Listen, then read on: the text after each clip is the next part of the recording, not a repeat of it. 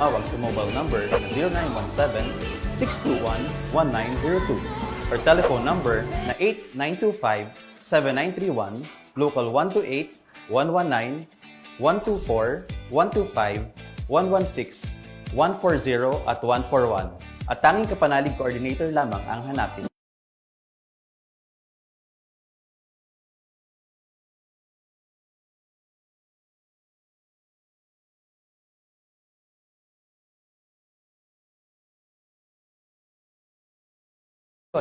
Tulad ng complete name, contact number, birthday, complete address at ang inyong baptismal date. Huwag din kakalimutan magbigay ng inyong picture para sa Kapanalig ID. At bilang isang Kapanalig member, meron tayong yearly pledge of support upang masuportahan ang himpilan ng Radio Veritas Foundation upang tuloy-tuloy ang pag-ere ng ating mga programa sa radyo. Para makapagbigay ng suporta sa ating himpilan, maaari kayong mag-transfer o mag-deposito sa ating bank accounts. Account name DZRV Radio Veritas Foundation Incorporated.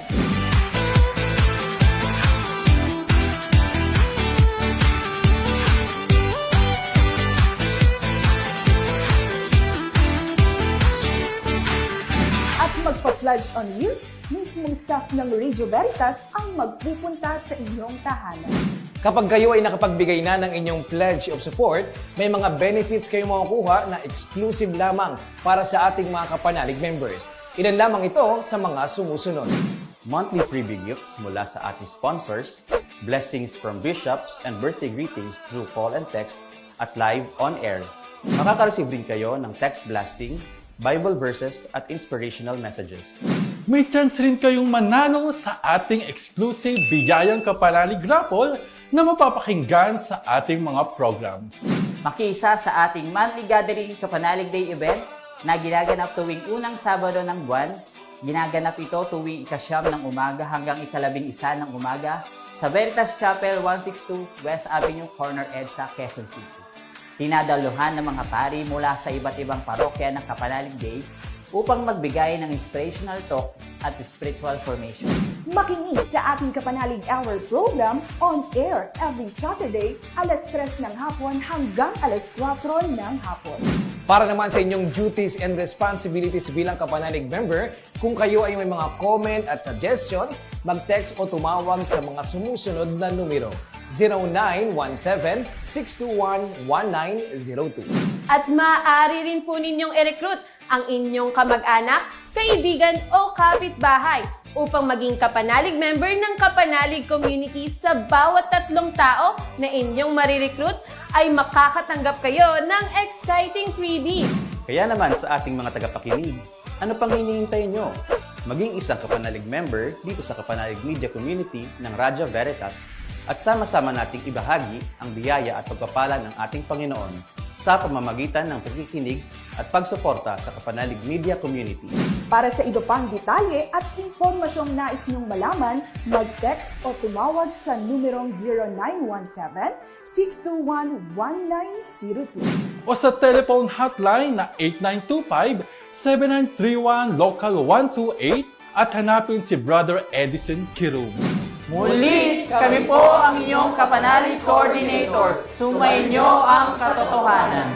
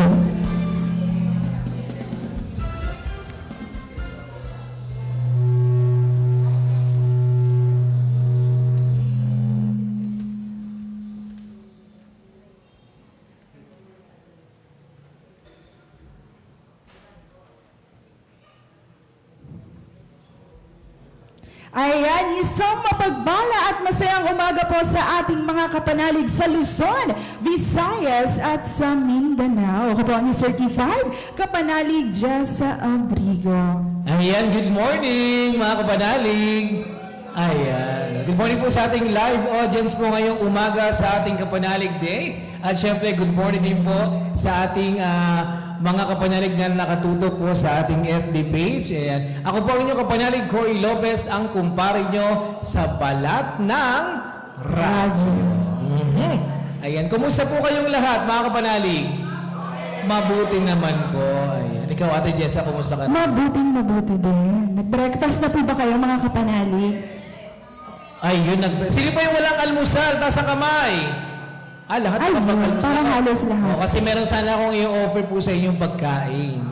Oo. Sayang. May pa-breakfast.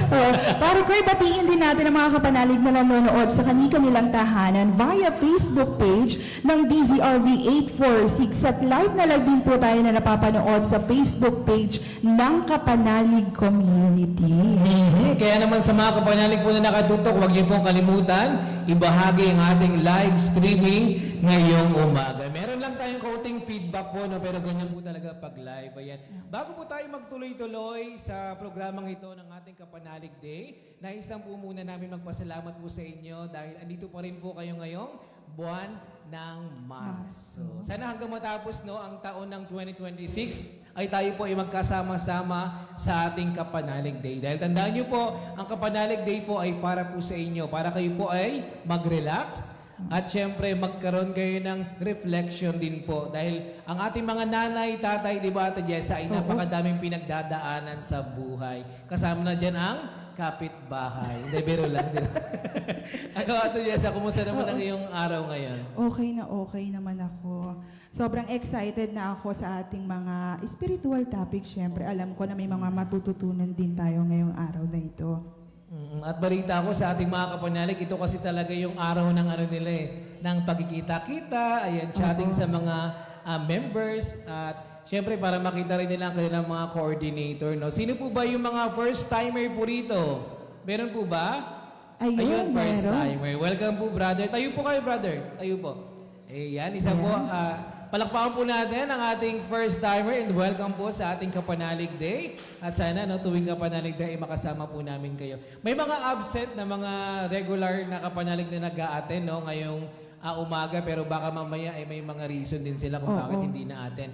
Pero kung kayo po ay libre po sa mga nanonood po sa ating Facebook page, ayan, welcome po kayo sa ating Kapanalig Day at magtungo lang po rito sa ating studio. Saan nga ba located ang ating studio, Ate Jessa? Yes, dito po yan sa 162 West Avenue Corner at sa Quezon City. Ayan mga kapanalig, tuwing first Saturday po ang ating Kapanalig Day.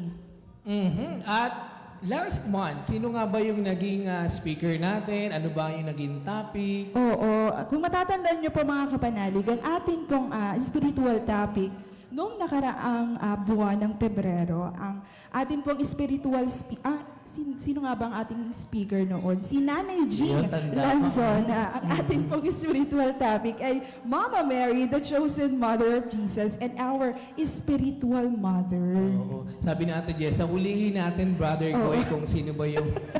Tatandaan naman nila, Ate Jessa. Oo. At para po tayo po ay magtuloy-tuloy, Ate Jessa, sa ating programa, sino nga ba ang ating opening prayer? Yes, inaaniyahan po na ang lahat na tumayo at damhin ang ating presensya ng ating Panginoon. Tinatawagan po natin si Tita Pauline Fausto para sa atin pong panalangin.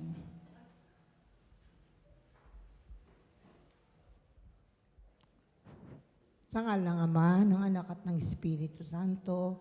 Amen. Ama naming makapangyarihan, nagpupuri po kami at nagpapasalamat sa iyo sa umagang ito. Salamat po sa patuloy mong paggabay sa amin. Salamat po sa pagbibigay mo ng pagkakataon sa bawat isa sa amin na maaring dito ng maluwalhati. Pinanalangin rin po namin sa iyo na patuloy mo kaming gabayan. Gabayan mo rin po ang mga kapatid naming wala pa rito ngayon na sa kasalukuyan ay nasa daan patungo rito. Paratingin mo po sila ng maayos dito sa amin, dito sa lugar na ito, upang sila ay makasama namin. Ipinagdarasal din po namin ang aming mga kapatid na may karamdaman ngayon, kaya hindi makakarating dito. Gabayan mo po sila, hipuin at pagalingin sa kanilang mga karamdaman. Hinihingi po namin ang iyong patuloy na paggabay. Salamat po sa buhay at kalakasan na patuloy mong ipinagkakaloob sa bawat isa sa amin. Salamat po sa paghipo mo sa bawat isa na narito ngayon. Salamat sa pagsubaybay mo sa kanila, sa amin, ngayong araw na ito upang makarating ng maluwalhati rito. Salamat din po sa mga coordinator na patuloy mong binibigyan ng lakas at talino upang magabayan kami bilang mga kapanalig. Salamat sa lahat ng mga kapanalig na patuloy na sumusuporta dito sa ating Radyo Veritas upang patuloy na makapagbigay ng tulong at biyaya sa mga higit na nangangailangan. Maraming salamat, Panginoon. Ang lahat po ay aming iniaalay at hinihingi sa iyo, Panginoon. Salamat, Panginoong Hesukristo. Amen. Sa ngalan ng Ama, ng Anak at ng Espiritu Santo. Amen. Amen. Maraming salamat po, Tita Puring. Ayan, sa napakagandang pambungad na panalangin. Ayan, good morning! Good morning! Patingin niyo naman yung mga katabi niya ng good morning, kapanalig. Ayan, tayo po tayo lahat, tapos debiro lang. Huwag na po kayong tumayo, okay lang. Ayan, maraming salamat, Tita Puring, no? At welcome po sa ating mga kapanalig na bago natin from Bulacan, no? Magandang umaga po, Mother Edgar. Aha! At syempre, alam mo... Huwag na nating patagalin, pare ko. Yes! At alam mo kung excited na ang ating mga kapanalig. Mga kapanalig, excited na po ba kayo? Parang mahina. Yes na yes. Oh, ito, bago tayo magtuloy-tuloy pala, Ate Jessa, no? Oo. Sa lahat po ng mga kapanalig na nanonood po ngayon sa ating programa, ayan, kung ikaw po ay hindi pa po miyembro ng ating kapanalig community, ayan, sana po kayo po ay makasama na po namin dito sa community at maging miyembro na po kayo. Madali lang po ang pagpapatala sa ating community. Textan po ang pangalan, birthday, Ang anong inyong address. parokya. Ano bang number niyan, Ate Jessa? Yes, mag-text lamang po sa numero 0917-6211902 or tumawag po sa ating telephone number 8925-7931-239 local 128-141-140-116-119-125. Yan po ang ating mga local, no, Ate Jessa and mga kapanalig. At eto na, para tayo po ay magtuloy-tuloy, tawagin na po natin ang ating guest speaker ngayong umaga. Our speaker for this year's London Recollection is a member of the pastoral team of St. Anthony's Shrine in Bustillos. He was born on August 18, 1979 in Tanay, Rizal. He finished his Bachelor of Arts in Philosophy at Our Lady of the Angel Seminary and later completed his master's degree in Pastoral Theology at the Inter-Congregational Theological Center. Yes, and he was ordained to the priesthood on September 22, 2007 at the Basilica of San Pedro Bautista. He has served in different mission areas including Sorsogon, Manila, Isabela, and Cagayan, and has also helped form young men discerning religious life. Brothers and sisters, mga kapanalig, please welcome our speaker, Father Eric Suarez Oliage, OFM.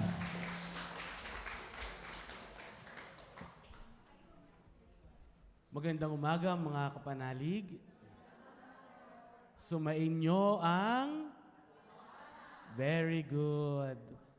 So magandang umaga muli. Sa umagang ito ay pagninilay-nilayan natin ang temang kapanalig sa paglalakbay sa panahon ng Kwaresma, panalangin, pangalawa, pagsisisi, at pangatlo, pag-asa. Kaya marami tayong pagninilay-nilayan sa loob ng isang oras. Amen? So tayo ngayon ay naglalakbay. Ang panahon ng Kwaresma ay panahon ng paglalakbay. Ilang araw tayong naglalakbay? Very good, no? So tayo ay naglalakbay ng 40. Ang 40 ay tanda ng spiritual journey ng bawat Kristiyano. Bakit naglalakbay ang Kristiyano?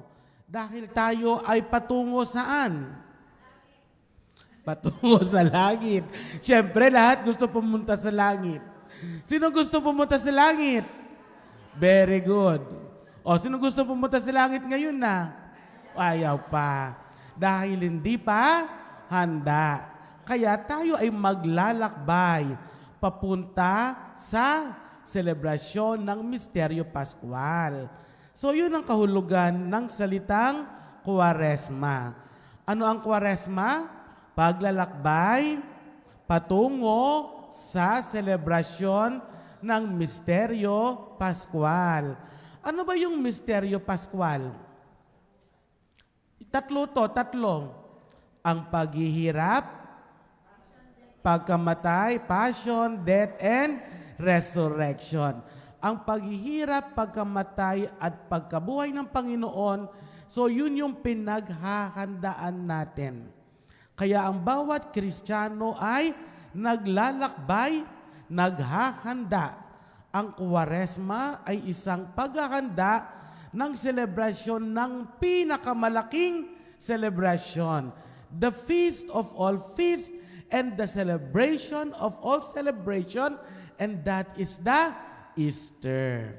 Kaya nga mga kapanalig, ang aking tanong, kailan natatapos ang Kwaresma? Ayan, napaisip tuloy.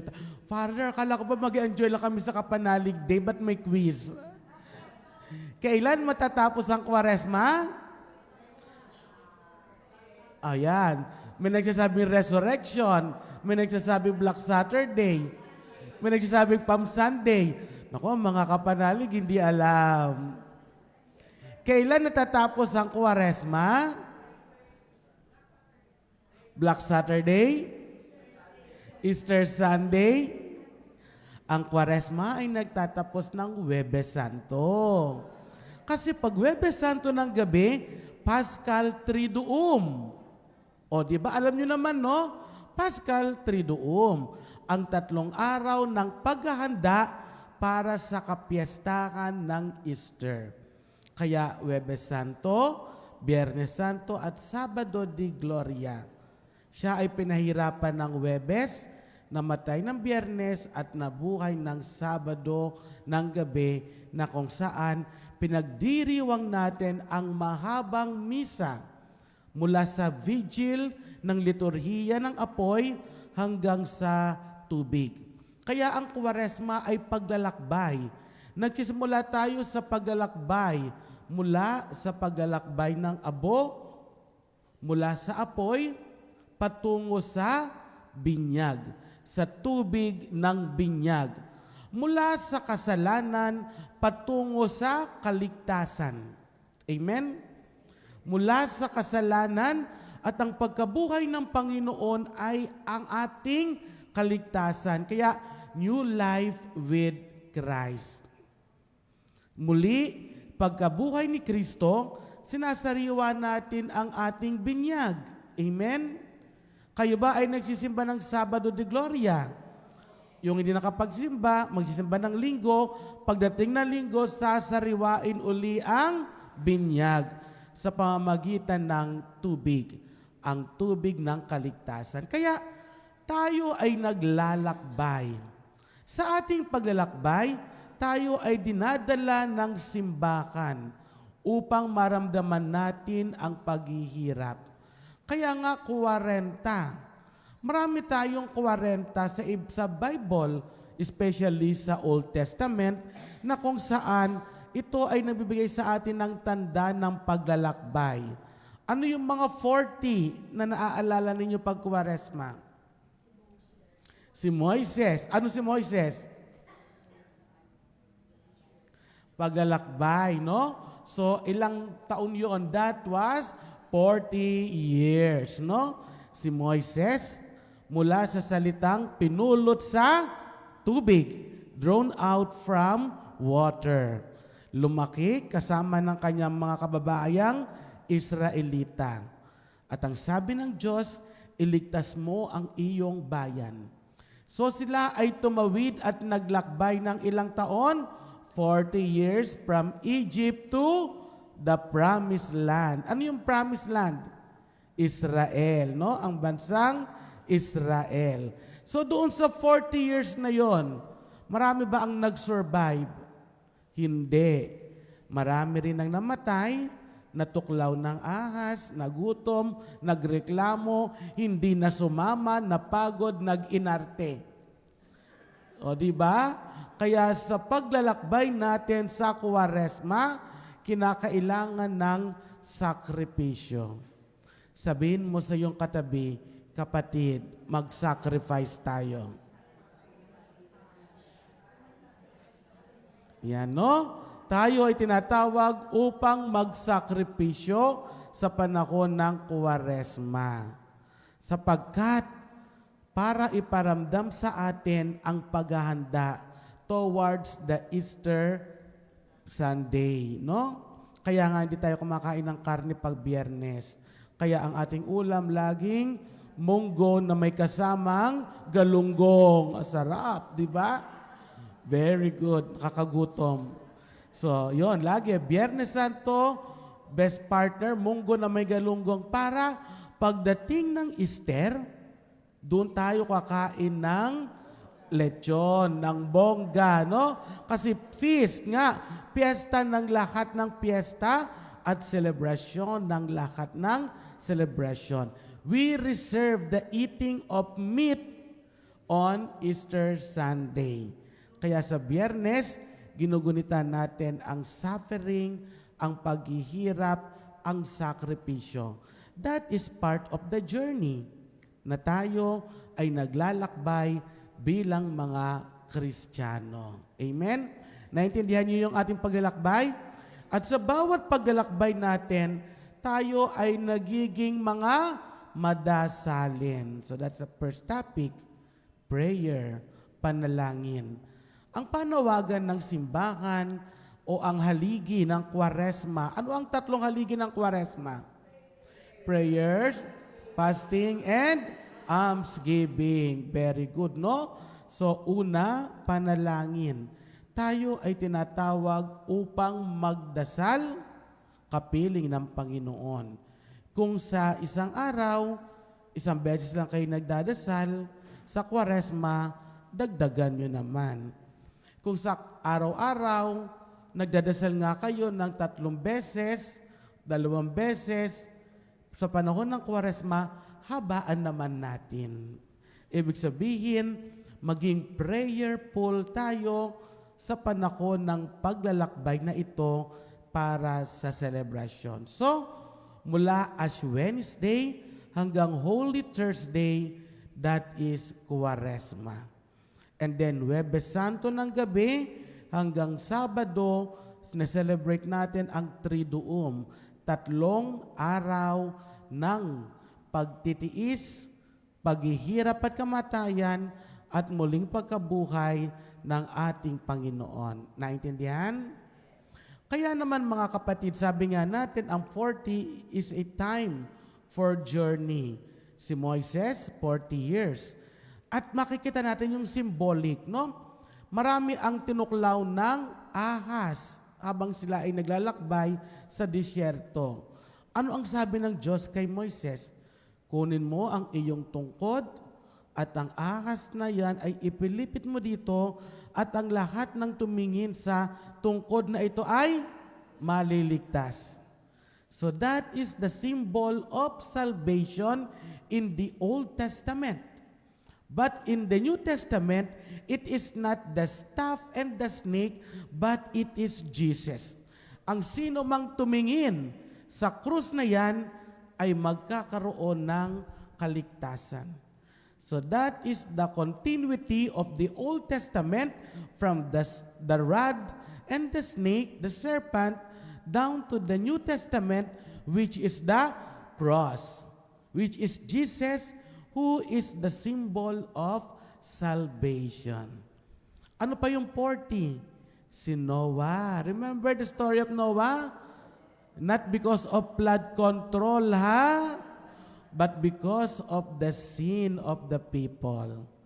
So tinawag ng Diyos si Noah, nagkaroon ng utos. Ano yung utos? Gumawa ng arka, no? Isang malaking bangka na lulutang. 40 days and 40 nights. So anong ginawa ni Noah? Pinalabas yung raven, yung uwak. Bumalik ba ang uwak? Hindi.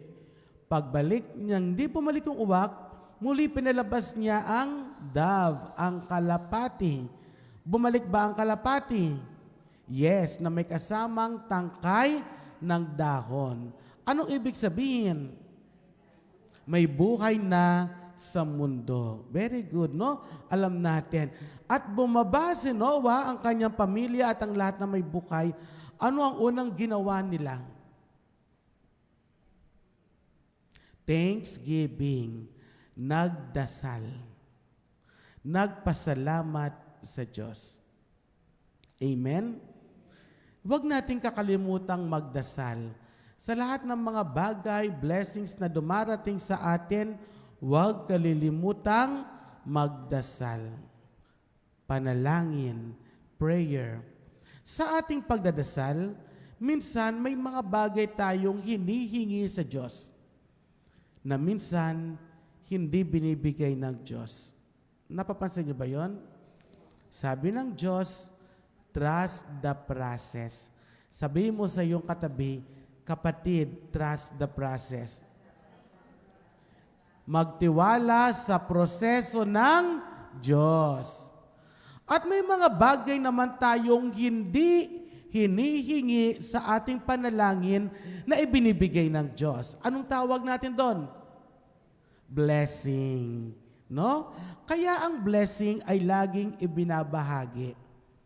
Once a person is generous, mabilis bumalik ang blessing. Did you notice that? But once the person is stingy, madamot, kuripot, matagal ding bumalik ang blessing. Kaya sabihin mo sa iyong katabi, kapatid, magbigay ka na. Ayan, no? Kapag ang tao ay generous, kapag tao ay mabait, ang blessing ay bumabalik. Hindi man sa anyo ng pera, pwedeng sa anyo ng tunay na kaibigan, pwedeng sa trabaho, negosyo, o kaya naman pwedeng sa mga bagay, blessing dumarating sa atin. Kaya, every time na nakatanggap tayo ng blessing, magpasalamat sa Diyos. Sapagkat ito ay hindi mo hiningi, pero ibinigay ng Diyos sa iyo. Kaya nga blessing. Sabi ng 2 Corinthians, God loves a cheerful giver. Sabihin mo sa iyong katabi, God loves a cheerful giver. Mahal ng Diyos ang taong mapagbigay. Kaya nga hindi dahilan, kahit na tayo ay mahirap, our nature is to give. Walang estado ang pagbibigay. Mahirap man o mayaman ay pwedeng tumulong. Amen? Kaya, huwag natin sabihin na yung mga may kaya lang ang tutulong. Kahit na tayo ay mahirap, pwede tayong tumulong. Katulad ng balo sa Ebanghelyo na walang inaasahan and yet, yung kanyang natitira, ibinalik pa niya sa Diyos sa paniniwalang hindi tayo pababayaan ng Diyos. Anong tawag natin doon? Divine Providence. Ulitin. Sabihin sa katabi, ibig sabihin, hindi tayo pababayaan ng Diyos. Amen. Kaya nga, may mga bagay tayong hinihiling, hindi binibigay ng Diyos, magtiwala sa proseso ng Diyos. Trust His process. May mga bagay na hindi hinihiling, ibinibigay ng Diyos, anyo ng blessing and grace, no? Kaya nga, nawa tayo ay maging grasya sa iba kesa maging disgrasya. Ang galing, no? Maging grasya instead na maging disgrasya sa iba. So that is the power of the prayer. Nagbaba si Noah, first thing they do is to pray. Prayer as a sign of thanksgiving. Sila ay nagpasalamat sa Diyos. And in return, ang Diyos ay nakipag-covenant. What is covenant? Agreement or tipanan, kasunduan. Tipanan, kasunduan, agreement. Ang tatalino ng ating mga kapanalig, very good. Hindi inaantok, no? Kahit galing pa sa ibang lugar.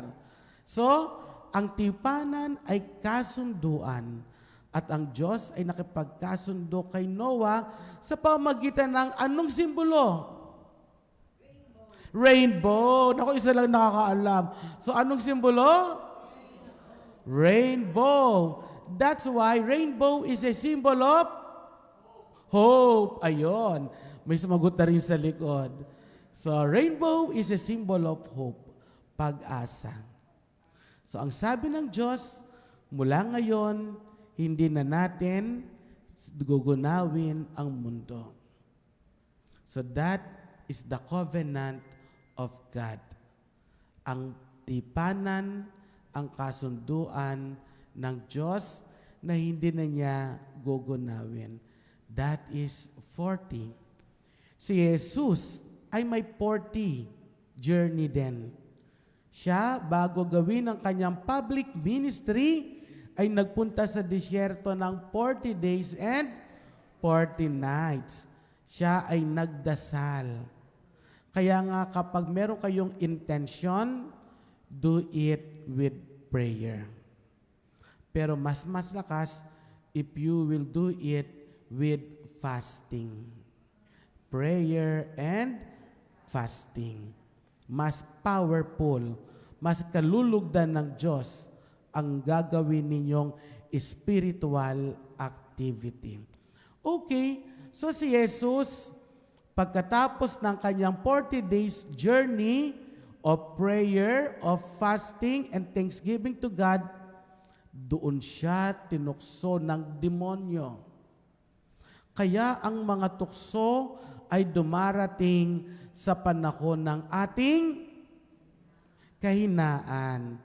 Si Jesus gutom, pagod. Si Jesus mahina nung panahon na yon dahil sa kanyang 40 days dumating ang tukso. Ang tukso ba ay kasalanan o hindi? Sino sabing ang tukso ay kasalanan? Taas ang kamay. Very good. Ang tukso ay hindi kasalanan but an invitation for us to commit sins. Ang tukso ay isang imbitasyon. At ang imbitasyon ay pwedeng hindian. Kapag sinabi ng inyong kumaring Marites, o Mare, merong dinner sa bahay, birthday nung apo ko. At ikaw naman, dahil alam mong gabi na, at alam mong di ka kakain ng marami sa gabi, yung imbitasyon ay hinindian mo. Kaya ang imbitasyon ay isang panawagan. Kapag hindi ka tumugon sa imbitasyon, wala kang fault. No? Kasi invitation pa lang, hindi siya obligatory. At ganun din sa temptasyon. Ito ay isang invitation. Ang masama, kapag ikaw ay nagpadala sa tukso. Kaya anong sabi ni Eva Eugenio? Kay rami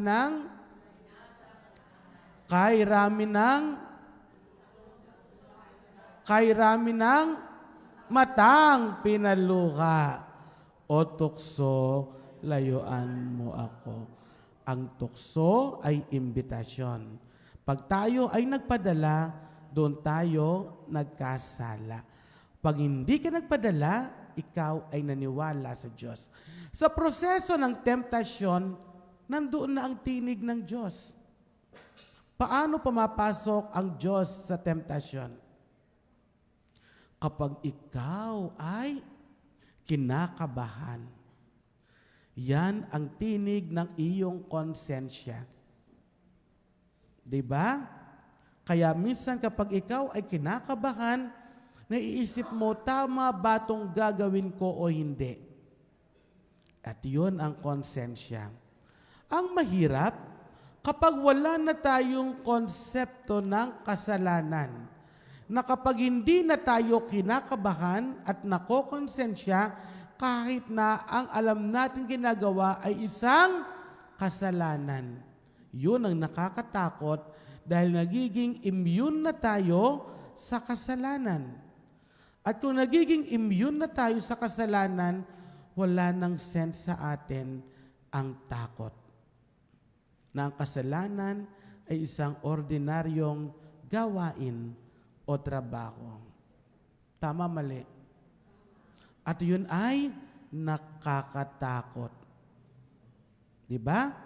Kaya palagi pa natin ituro sa ating apo at mga anak, ano ba ang kasalanan? Ano ba ang moralidad? Ano ba ang konsensya? Malaki ang magagawa nating mga kapanalig advocates, especially sa pagsulong ng moralidad.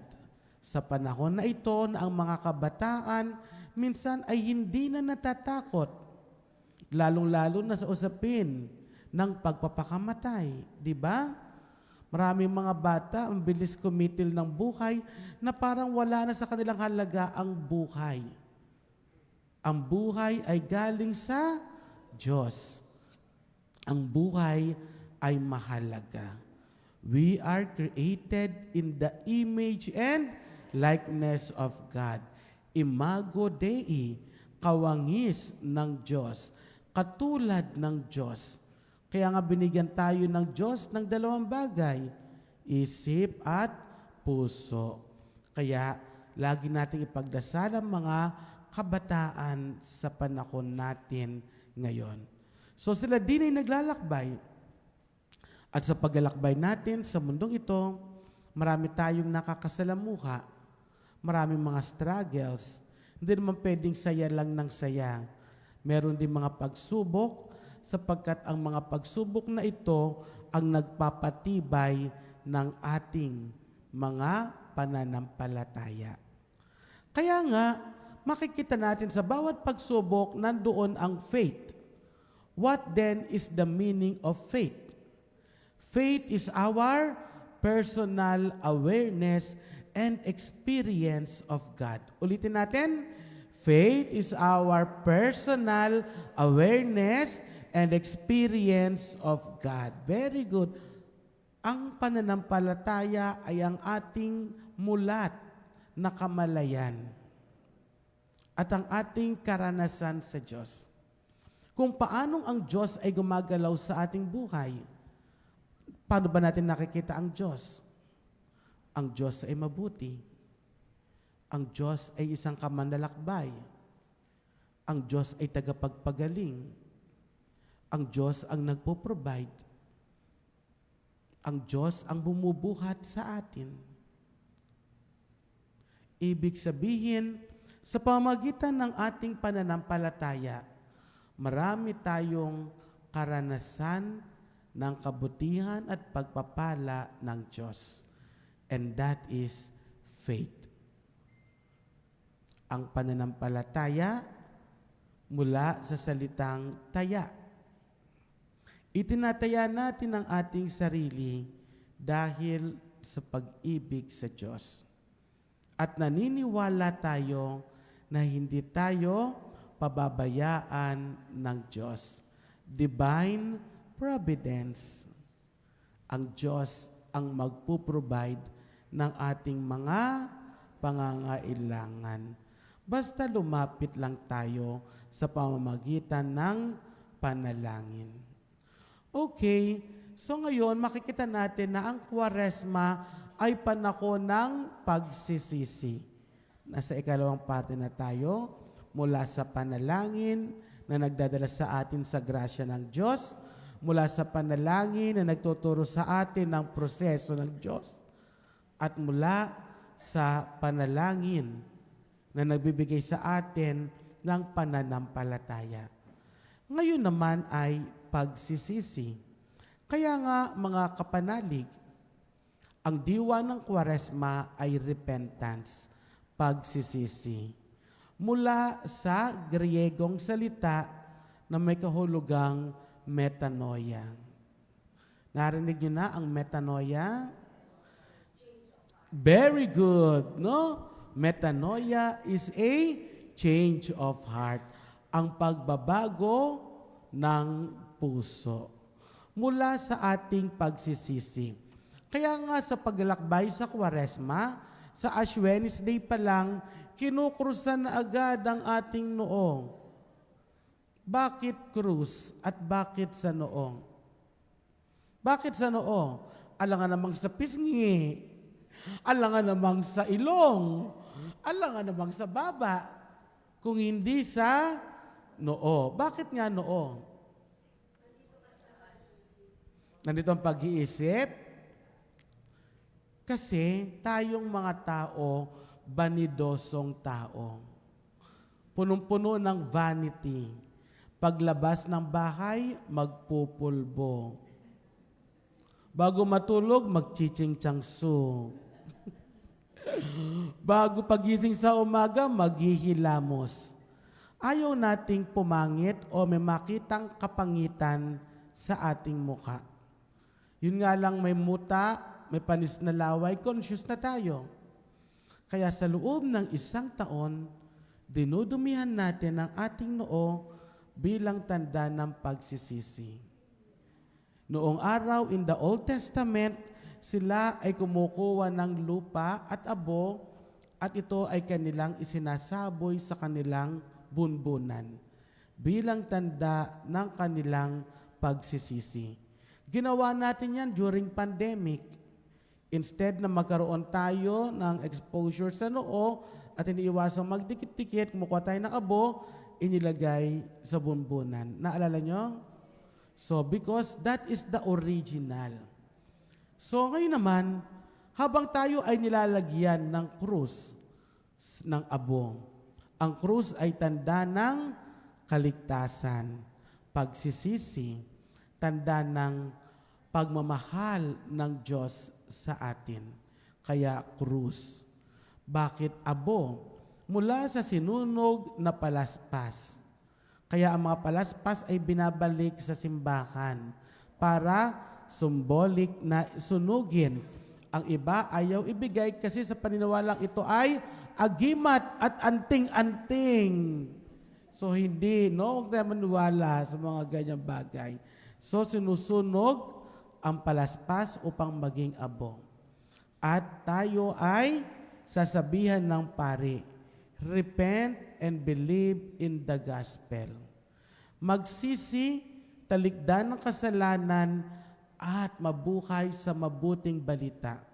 Maniwala sa mabuting balita. Ano ba ang laman ng mabuting balita? Word of God nga. Ano nga ang laman ng Word of God? Pagpapatawad. Ang Ebanghelyo ay punong-puno ng pagpapatawad.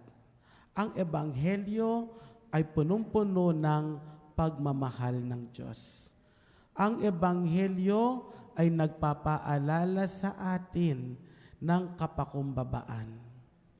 Humility, love, ano pa? Ang binibigay sa charity, ang binibigay sa atin ng Ebanghelyo. Kaya, believe in the gospel. Believe in the good news. And that is the good news of salvation. Ang magdadala sa atin sa kaligtasan. Repent. Magbalik loob, magsisi, talikdan ang kasalanan. Kaya dapat may mga time frame tayo. So this first week of Lent, hindi ako magmamarites. O, di ba? Pag nagawa mo ng first week, dagdagan mo na. The second week of Lent, itutuloy ko ang hindi pagmamarites at gagawa ako ng papuri. Instead na manira ako ng kapwa, pupurihin ko yung kapitbahay ko. Naintindihan? Dapat merong aksyon na ginagawa. Mahirap yung araw-araw. Baka natin magawa. At least isang linggo. Isang linggo akong hindi maninira. Isang linggo akong hindi mangungutang. Isang linggo akong hindi makikipag-away. So, ganon. Para maramdaman natin yung sinasabi nating pagsisisi. Para maramdaman natin yung sinasabi nating repentance. Dadagdagan ko ang aking lulutuin at ibibigay ko sa kapwa. That is act of charity. Alay kapwa. Dadagdagan ko ang aking pagkain at ulam at pag may nakita akong pulubi, iaabot ko sa kanya. Kaya lang, ang inaabot kasi natin, tira-tira. May natira pa akong kanin at saka ulam, ibigay ko na lang sa pulubi. Kawawa naman sila, lagi na lang tira-tira. Magbibigay ako ng damit, ang dami na palang damit. Ang ibibigay mo naman yung butas-butas na parang basahan na. Nagbawas ka lang para maalis. Pero yung real reason of charity and giving, hindi natin nagagawa. Deserve mo lang kumain ng mainit na pagkain galing sa iyong luto. Dagdagan natin. Deserve nilang magsuot ng mga magagandang damit at mababangong damit. Bigyan nyo sila. Did you get my point? Para maging literalist na sabi nating pagsisisi, gumawa tayo ng hakbang, time frame na gagawin natin. Okay, sa araw na ito, babawasan ko ng 1 oras ang pagpe-Facebook. At instead, magdadasal ako. Dadagdagan ko ang aking pag-rosary. Kung yung isang intention para sa akin, this time yung intention ng rosary ko para sa mga may sakit. Babawasan ko ang panonood ng mga teleserye at ng mga TV. At dadaanin ko sa pagtulong sa kapwa. Mamaya, magwawalis ako ng harapan ng bahay, pati yung harapan ng kapitbahay naming madumi, lilinisin ko na. Naintindihan? Na dapat hindi lang sinasabi ang pagsisisi, hindi lang sinasabi ang pagbabago, pero may aksyon. Kasi ang alam natin, nagsisisi ako kasi a-attend ako ng kumpisalang bayan, mangungumpisal ako, hanggang doon lang pero walang aksyon. Panahon daw ng panalangin, hindi naman tayo nagdadagdag ng oras ng panalangin. Hindi naman natin hinahakabaan ng panalangin. Ang panalangin natin, pang sarili pa din. Para sa akin, Lord, para sa apo ko, para sa anak ko, para sa pagkain namin. Puro ako, ako, ako. Napaka-self-centered natin. The me, myself, and I culture. Ang term ng mga kabataan, bida-bida. Sabihin mo sa iyong katabi, kapatid, huwag kang pabida. Yan, huwag kang magbida-bidahan, ha? So, gumawa ng framework, mamaya pag-uwi, meron pa tayong ilang linggo. Hindi ako magmamarites, pipilitin ko. Hindi ako makikipagchismisan, pipilitin ko. Hindi ko aawayin yung aking apo at anak, pipilitin ko. Then sa susunod, pipilitin kong gumawa ng mga mabubuti ang manggagaling sa aking bibig. Natatawa tayo, no? Parang mahirap gumawa ng mabuti kaysa sa ginagawa nating araw-araw. Ay, hindi naman pala. Very good. So, gawin natin. Kaya? Kung lahat tayo ay gagawin natin at pag nakita ng kapitbahay natin may pagbabago kay kumare, magbabago na rin ako. That is contagious. Ang pagbabago ay nakakahawa.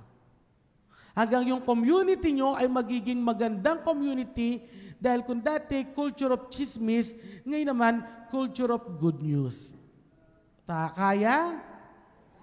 Sige, very good. Kaya, pipilitin.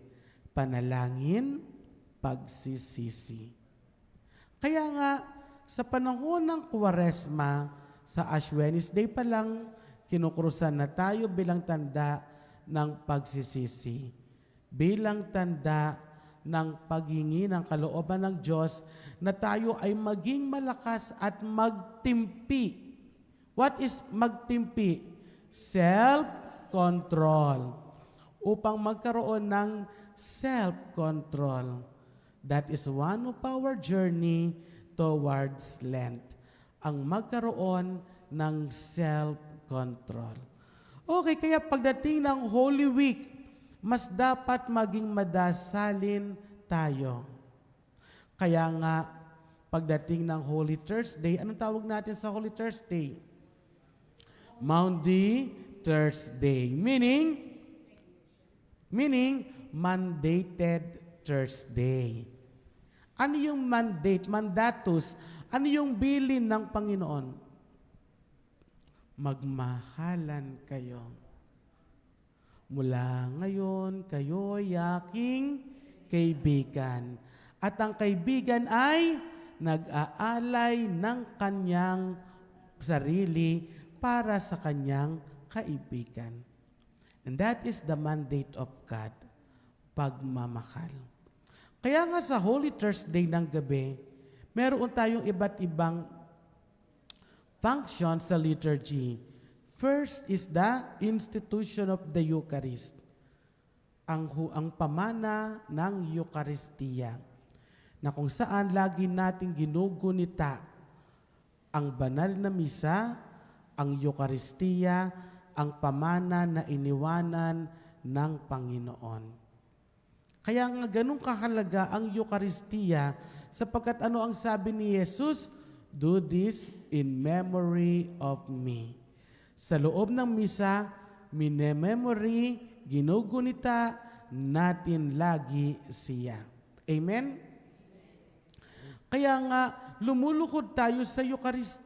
Lumuluhod tayo sa Santo-Santo sapagkat alam natin na ito ang pinakamahalaga at importanteng parte ng misa. Ang Eucharistia. Ang pamana ng pasalamat, si Kristo pinaghahati-hatian bilang pagkain ng buhay. Sa Holy Thursday, bukod sa institution, meron din tayong washing of the feet. Ano ang simbol nito? Ito ay tanda ng paglilingkod ng pari sapagkat sa umaga, siya ay nanumpa sa bishop na siya ay magiging tapat sa kanyang tungkulin upang maging mabuting pari. Kayo naman, dala-dala ang mga tarpaulin, garland, roses, dala-dala ang mga banda na sa harapan ng mga katedral para batiin si Father. Kasi yun ay renewal ng pagkapari, tanda ng pagsunod sa obispo at ng paglilingkod. Kaya mula sa kanyang pag-renew nung umaga, pagdating ng gabi, huhugasan niya ang paa ng mga apostoles bilang tanda ng paglilingkod, service. Tanda ng pagsisisi, tubig bilang tanda ng kalinisan. Naintindihan? At ang huling parte ng Holy Thursday, which is the vigil. Bakit tayo nagvi-vigil? Kasi Father, inilalakad yung Blessed Sacrament na nasa ciborium at ilalagay sa altar of repose. Pero bakit? Pakisama kay Jesus habang siya naghihirap. Pero bakit? Dahil nung Huwebes Santo, nung huling hapunan, after ng huling hapunan, anong ginawa ni Jesus? Nanalangin sa Getsemani. At habang siya ay nananalangin, napansin niya na tulog. Sino yung tulog? Ang mga apostoles. Ano pangalan? Walang Johnny. John at si Pedro, John at si James, si Santiago. Nakatulog sila habang si Jesus ay nagdanalangin. Bakit sila nakatulog? Dahil sila ay nalasing. During the Last Supper, they are celebrating the Passover. Kaya nga di ba ang sabi ni Jesus, maghanap kayo ng lugar na kung saan pwede nating i-celebrate ang Passover feast. Remember? Kaya dapat naiintindihan natin yung liturhiya ng Huwebes Santo na hindi lamang siya Last Supper but because they commemorate the Passover. So, kaya during the Passover, sila ay umiinom ng alak bilang paggunita sa sufferings na naranasan ng mga Israelita pagtawid sa Egypt to the Promised Land. Kaya nga, passing over, pagtawid sa mga paghihirap na dinanas ng mga naunang mga Hudyo. Naintindihan? So, 7 beses silang tumungga ng alak. So, ano mangyayari? Nalasing. At dahil sila ay nalasing, sila ay nakatulog. At ano ang sabi ni Jesus? Hindi nyo ba kaya na mag-stay sa akin kahit 1 oras? And that is our theological background of the adoration. Can you not stay with me? Hindi nyo ba ako kayang samahan kahit 1 oras? Kung inyo mapapansin, last Sunday, what is the gospel? Ang bilis naman, 6 days pa nakakalipas. Transfiguration. Oo nga, Father, tama. Ang bilis makalimot. Transfiguration. Sa Transfiguration, sino ang kasama ni Jesus? Si Peter, si James, at si John din. So si Peter, si James, at si John. Pagdating sa Garden of Gethsemane, si Peter, si James, at si John. So did you see the consistency and the continuity? And in the Mount Tabor, ang tatlong ito ay nakatulog. Kung paano silang nakatulog sa bundok, natulog din sila sa garden. Bakit sila nakatulog sa Mount Tabor? Kasi napagod silang umakyat. So bibigyan nyo ng reason. Natulog sila not because sila ay antukin, but because umakyat sila sa bundok. Pagdating sa bundok, malamig. Sila ay nakapahinga at sila ay natulog. Paggising nila, kasama na nila si Elias at si Moises. Diba? Okay, that is a symbol of glorification, the death and the resurrection of Jesus. Patikim pa lang, premonition. Kaya sabi nga ni Jesus, huwag niyo munang sasabihin ang mga bagay na ito hanggat hindi pa nangyayari ang mga bagay na makakaharapin niya. So, pagsisisi mula sa panalangin, sa pagsisisi, ngayon pupunta na tayo sa pag-asa. Pag sinabi nating pag-asa, ano ibig sabihin nito? Hope. Ibig sabihin, mula sa kawalan, nakakakita tayo ng liwanag. That is hope.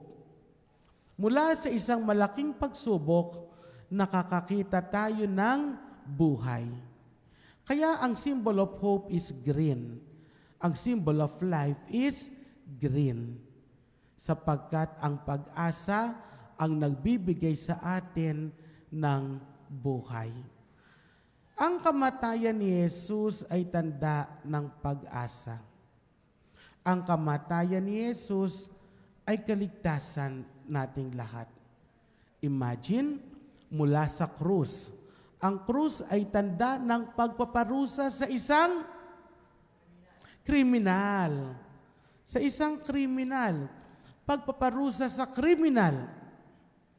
Pinili ni Jesus na maparusahan bilang isang kriminal. Subalit sa kanyang kamatayan, nagkaroon ng bagong kahulugan ang krus. Hindi na siya parusa sa isang kriminal, bagkus siya ay tanda ng kaligtasan. Kaya nga may sinasabi tayo, 3 nails plus 1 cross equals 3 nails, 3 pako, at 1 krus equals forgiveness. 3 plus 1 equals 4. 3 nails plus 1 cross equals forgiveness. Ang walang hanggang pagpapatawad ng Diyos. At dahil tayo ay pinatawad ng Diyos sa ating mga kasalanan, that is new life with Christ. Iyan ang hatid na pag-asa ng Pasko ng pagkabuhay. Kaya nga mula sa pagkatuyot, dryness, mula sa mga serpent, mga snake, poisonous snake of the desert, muli tayo ay dadalhin ni Kristo sa landas ng pagkabuhay, sa tanda ng kaligtasan na ibinigay ng Diyos para sa atin. Ang kaligtasan ay tanda ng pag-asa. Kaya nga, ang tanong, bakit sa mga babae unang nagpakita si Jesus? Ano daw? Chismosa daw sila. Dahil upang ibalita. Dahil ang mga babae ay punong-puno ng expression. Nabuhay ang Panginoon. Indeed, He is truly risen. Nagtakbuhan sila at ipinamalita. Kung si Jesus ay nagpakita sa mga apostoles, naghaharapan lang sila at sinabi nila, He is indeed risen. Naging tapat siya sa kanyang pangako. Pero walang expression. Ang mga babae, full of expression. But beyond that, meron pang mas dahilan. At anong dahilan yon? Sapagkat sa unang tipan o sa lumang tipan, ang babae ang tanda ng kasalanan.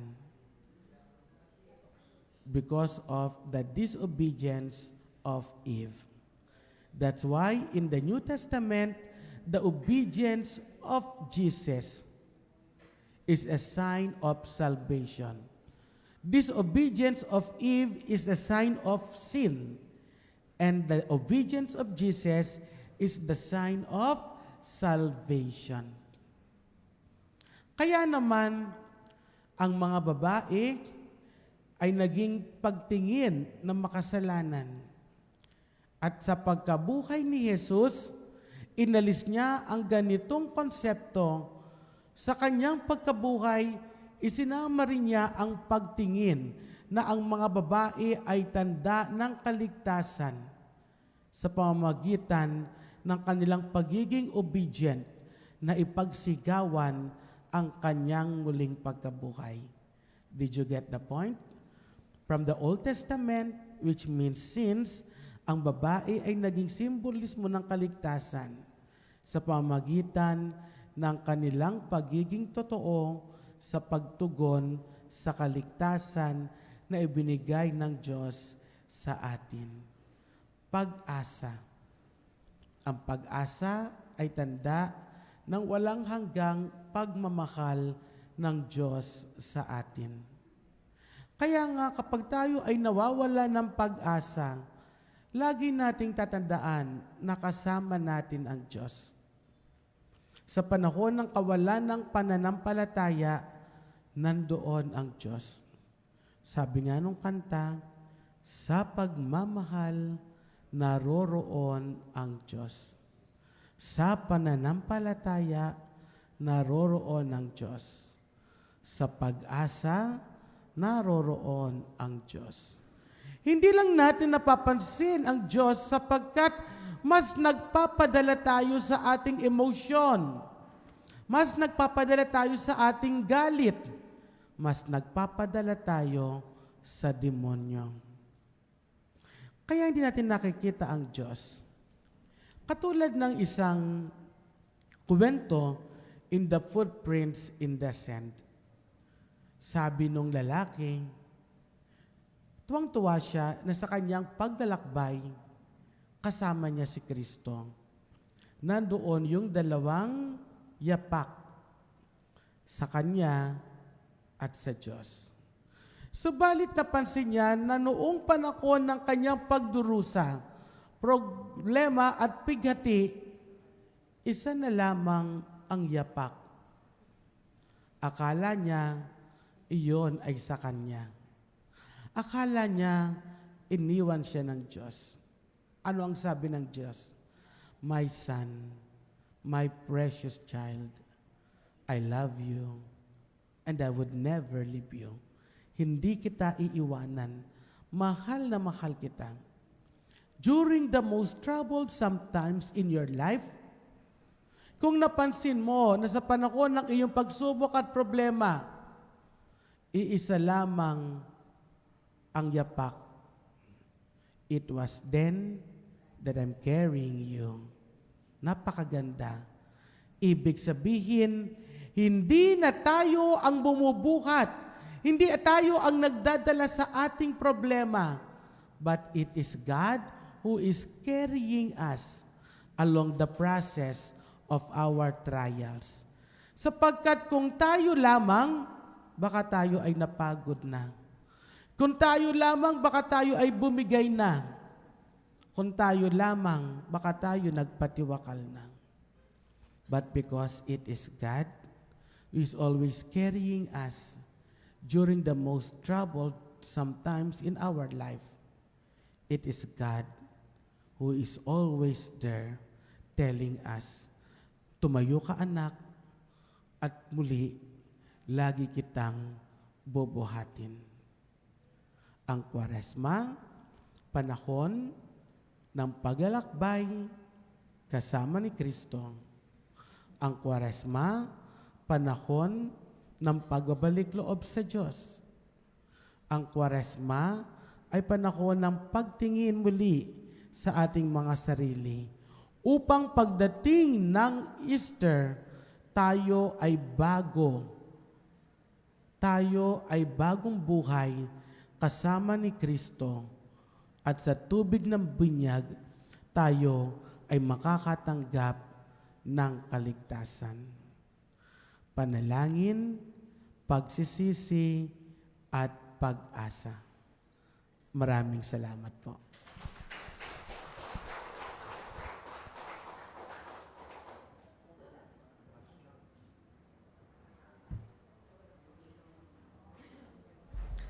Ayan, maraming salamat po, Father Eric. Palakpakan po natin ulit si Father Eric. Yan, maraming salamat po, Father, sa panahon at oras na ito. At syempre, bago po tayo magtapos at magpaalam kay Father, no, meron lang po kaming inihandang intermission number. Meron lang po kaming ibibigay po na certificate. Ayan, ang mag-aabot po nito ang kapanaligid po ng Kapanalig Community. Tawagan po natin si Brother Edison Hero. Ano po? Sige po. Ay! Sige po. Sige po. Bata pa ako, sorry hindi na makatayo with my knee. Father, nung pa po bang unang panahon, may mga pulubi na po talaga na humihingi.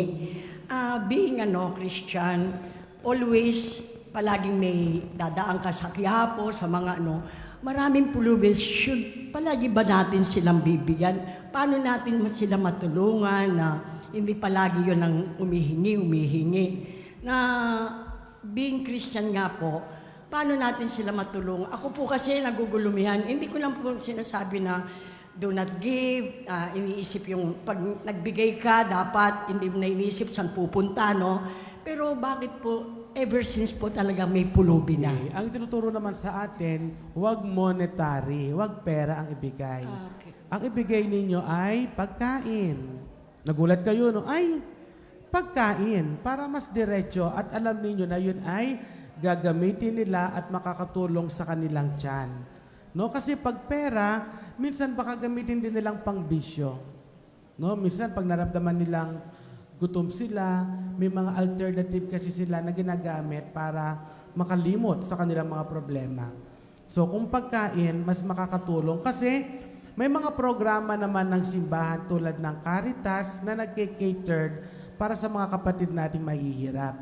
Minsan sila ay kinukuha, nilalagay sa mga shelter at may mga institusyon ng simbahan na nagtutulong sa kanila at doon binibigyan ng tulong itong mga kapatid nating mga anawim.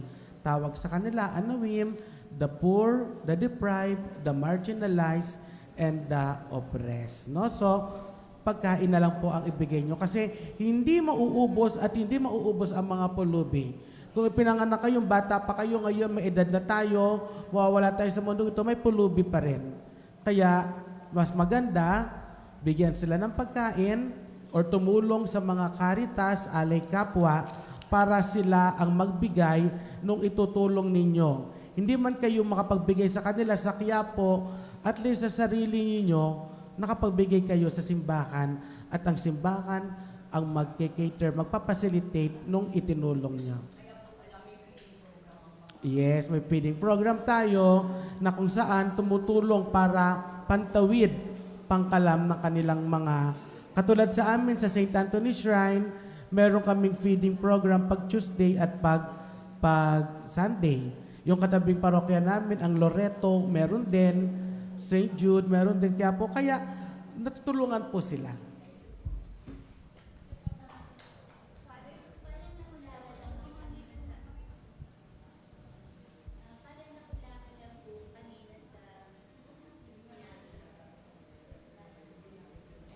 Hello. Hi. As I was saying, parang kulang yung, parang biting kanina yung tungkol sa sabi ninyo na kay Mary Magdalene nagpakita nung resurrection. Kasi po, ever since, makikita natin na in the process of salvation, Mama Mary was always there. Siya ang ginamit, babae. Diyo ba? Opo, sample ko lang naman si Mary Magdalene. Pero si Mary, Mama Mary is the new Eve. Ibang topic na kasi once we go to Mama Mary. Oo po, pero pagka po kasi iniiwan yon, kuminsan na nami-misinterpret nila yung iba na ang importance ni Mama Mary, who was always there from the moment from the Magnificat, siya ang kasama sa process of salvation because we would not have been saved if she did not say yes and bore the infant Jesus within her. Opo, but our topic is about the resurrection and wala doon si Mary but Magdalene and the ladies, ang mga kababaihan ng Jerusalem. Opo, but all the time, even during the crucifixion, she was there, but she kept everything in her heart and pondered on it. Hindi siya yung emotionally PDA na pinakikita yung kanyang emotions. She was always, she kept her humility and she didn't show that she was the mother of God na dapat siya bigyan ng importance. But dapat in our prayers and our mga pagninilay, laging hindi mawawala si Mama Mary. O sige, Very gusto niyo important. po another 10 minutes for Mama Mary? Yes. Ever since po kasi nagsisimba naman ako, nakikinig ako ng misa, at saka nagbabasa naman ako ng Bible. But this is the first time talaga, Father, na na-realize ko that Peter, James, and John were there during Transfiguration and during the Gethsemane prayer of our Lord. Bakit po kaya silang tatlo? Sabi favorite apostles. Favorite. Kaya nga, di ba in one gospel, sabi nung mother ni John at saka ni James, dahil ina-assume niya na laging kasama ni Jesus yung dalawa, sabi niya, iupo mo na rin kaya sa iyong trono pagdating mo sa langit. So, ganun yun, no? Kasi ina-assume nung nanay na laging kasama, so baka para kahit pagdating sa langit, ipaupo mo na sa iyong kaliwa at sa kanan. Kaya medyo nagtampo doon yung 10. Di ba sabi doon sa account? Ayan, maraming salamat po, Father Eric, at salamat po sa ating mga kapanalig. Palakpakan po natin si Father Eric. Ayan. Thank you po. At syempre, tawagin din po natin si Brother Edison. Ayan. Ayan, so pasalamatan po ulit natin si Father Eric yan sa kanyang magandang mensahe po. Ayan, so gawaran din po natin si Father Eric ng ng appreciation. So basahin ko lang po yung citation. Certificate of Appreciation. This certified is proudly presented to in grateful recognition of his generous sharing of time, wisdom, and spiritual guidance as a guest speaker during the Kapanalig Day for the month of March 2026 with a theme of Kapanalig sa paglalakbay ng Kwaresma, panalangin, pagsisisi at pag-asa. His inspiring presence and message have greatly enriched for the faith journey of members and strengthened the spirit of Kapanalig community. Given this day, March, in the year of the Lord 2026. Ayan, so proudly presented to Reverend Father Eric Olyage. Ayan. Palakpakan po natin ulit si Father. Picture po muna. Sige, sama doon.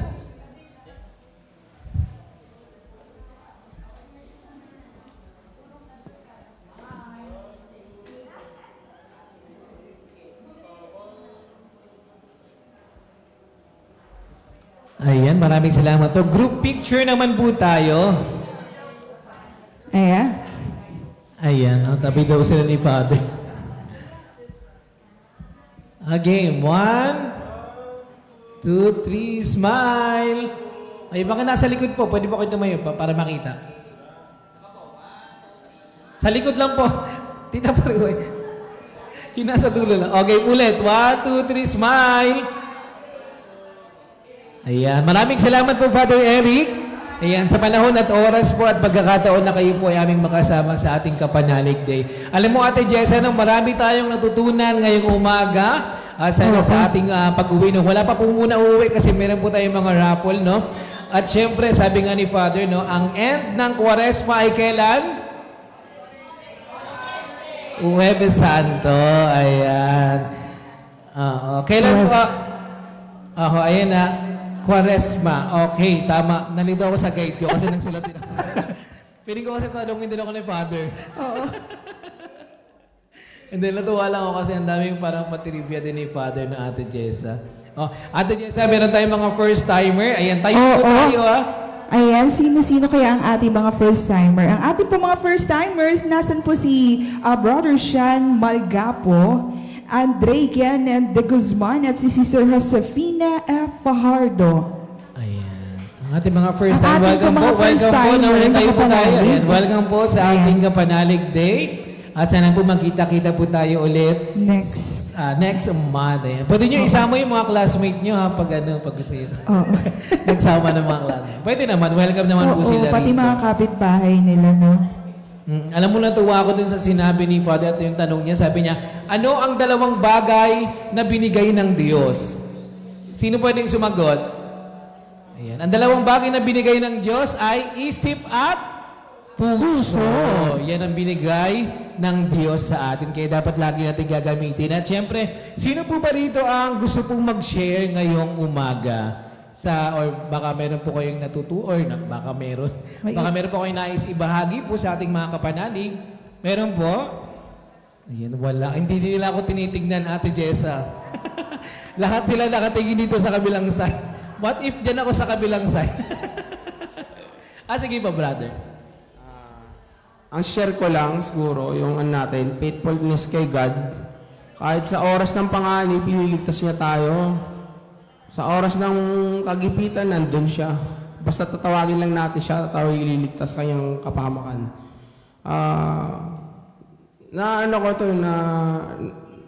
Naganap sa akin to ng time na muntik ako madisgrasya sa barko, sa bodega. Yung time ng na yun, muntik-muntikan na talaga ako. Siguro ngayon, kung natamaan ako ng hook ng malaking bakal, patay na sana ako ngayon. Pero sa awa ng Panginoon, sa presence ni Lord, hindi niya ako pinabayaan, niligtas niya ako. Yun lang, brother. At magiging faithful tayo sa Panginoon. One time, habang buhay tayo, gumawa tayo ng kabutihan sa kapwa natin. Huwag tayo mag-count kung ilang beses tayo magbibigay. Importante na sa puso ang pagtulong natin, sa puso at isipan. Mamahalin natin na yung Diyos. Yun lang po. Maraming salamat, brother. Mahalin natin ang Diyos. No? Ito naman si sister. Ikaw ba, sister? Ang lesson learned na natutunan ko ngayon kay Father ay faith without action is dead. Okay, thank you po, Sister Yolanda. Sino pa po? Meron pa po ba? Aha, doon sila nakatingin sa kabilang side. Meron ba, Brother Edgar? Hindi, chat na lang daw sa akin. Hindi, mamaya isi-share yan ni Brother Edgar. Ano ba? Yung first timer po, meron po bang gusto kong sumagot? Wala. Next time daw po, ipon muna daw ng lakas. Aha! Brother ko, yung atin po mga first-timer ay bibigyan daw natin ng bigas. Ay, wow! Oo, yung tatlo pasimula, natin no? first-timer. Pero ito ay palay pala. Ayan, lapit po kayo rin. Palay ba, no? Palay po ito. Ayan. Saan po yung mga first timer? Lapit lang po rito. Oo, nasa na po si Kapanalig Sean Malgapo, Kapanalig Andre Canan de Guzman, at si Sister Josefina Fajardo. Kayo po ay makakatanggap ng bigas. Ayan, sa sobrang tangkad ni brother, nauntog siya. Ayan, sige. Nasa po si Sister Josefina Dito Fajardo. po. Ayan, Sister, maaari po ba kayong pupunta po dito sa unahan? Ito po Para ang inyong mga tanggapin bigas? ang inyong mga bigas.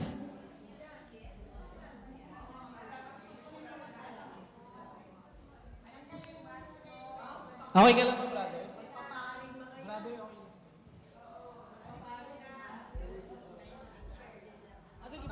Gusto rin mag-share ni sister. Good morning po sa inyong lahat. Ako po ay lubos na nagpapasalamat sa Diyos dahil sa aking aksidente na nangyari sa akin noong August lang, itong year, August 2025. Ako po ay naglilinis po ako sa banyo. Naisuot ko po yung tsinelas na hindi ko naman talaga sinusuot. Tatapon ko na siya. Sinuot ko siya. Tapos biglang paglinis kong ganyan, dumulas ako. Tapos humampas yung ulo ko. Itong ulo ko humampas sa pader. Tapos yung pong aking, etong right hips, tumama rin.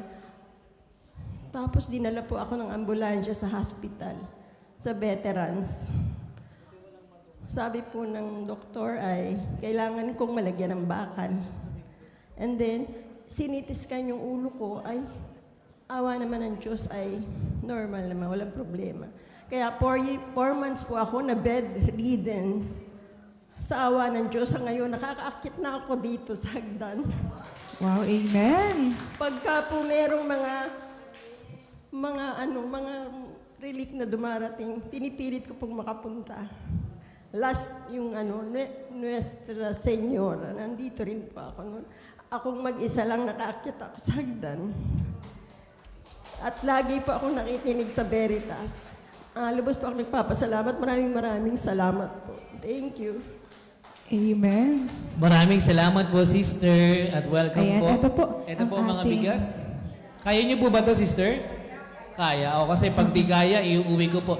Wait lang po, may picture lang po tayo, sister. Picture po muna.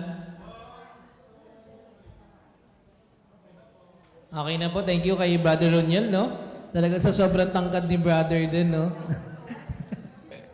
Very professional ang ating cameraman ngayong umaga. Thank you. At syempre, Ate Jessa, nako, eto na. Ang iniintay ng lahat dahil ngayon po ay buwan ng Marso, tayo po ay magkakaroon ng pamimigay or magbibigay po tayo ng may raffle tayo na grocery. Yes! Eto na ang mga inaabangan ng ating mga kapanalig. Lahat po ay andito kaya? na. Oo. Sino kaya ang makakatanggap ng 15 pieces items, 10 pieces, 5 kilos of rice, 5 pieces grocery item. Ayan. Ayan na po, inihahanda Yan, na ready na yun. No? Pero bago tayo bumunot, Ate Jessa, pasalamatan po muna natin ang ating benefactors ngayong buwan ng Marso. Ayan, unahin na natin. Kinakapanalig, maraming salamat. Kapanalig Rose Marita Dayo, Elizabeth Manalasta, Salvacion Takadaw, Myra Tacadaw, Miralunan Tacadaw, Luz Rulog, Elisa Mercado, Elena Samson Rodriguez, Luz Rodriguez, Risa Magdamit, Angeli Tuazon, Elmer Moscada, Homer Robas, Danilo and Onelia Quinto, Nelia Rambain, Cecilia Mandapat, maraming salamat kina Kapanalig Clara Tindogan, Leonora Marquez, Jocelyn Corazon Machado, Jose Marfil Jr., Annalisa Manalad, Liberty L. Rubin, Aida Raimundo, Erlinda Mangiyat, Grace Abarico, Jean Abad, Leia Angeles, Teodoro Ariscado at kay Kapanalig Valentino, Austria.